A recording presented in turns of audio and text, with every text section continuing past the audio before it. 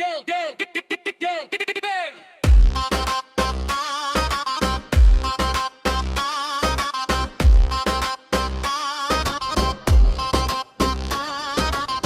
kaldım, problem yok, biz buradayıq. Gece gündüz fərq etməz, xidmət hazırdayaq. Bir zəng et, gələk dərhal yanına. Evakuator xidməti güvən hər anında.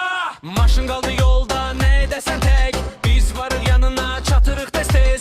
Şəhər içi rayon, fərq etməz heç. Peşəkar xidmət, bizdə hər şey dəqiq. Təkər partladı, ya motor dayandı. Səni yarı yolda qoymaq bizə ayıbdır. Operativik, sürətli, dəqiq iş. Evakuator xidməti bizdə həmişə birinci. Evakuator çağır dərhal gələk. Yolda qalsan belə səni tək qoymarıq. Bir zəng bəs edir, biz hər yerdəyik. Sürətli xidmət, gecikmə yoxdur artıq.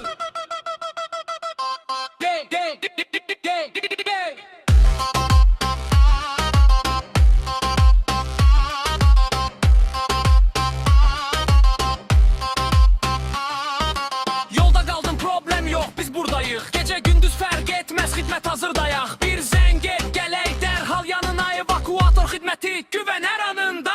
Maşın qaldı yolda, yemək desən tək. Biz varıq yanına, çatırıq tez-tez. Şəhər içi rayon, fərq etməz heç. Peşəkar xidmət, bizdə hər şey dəqiq. Təkər partladı, ya motor dayandı. Səni yarı yolda qoymaq bizə ayıbdır. Operativik, sürətli, dəqiq iş. Evakuator xidməti bizdə həmişə birinciyik. Evakuator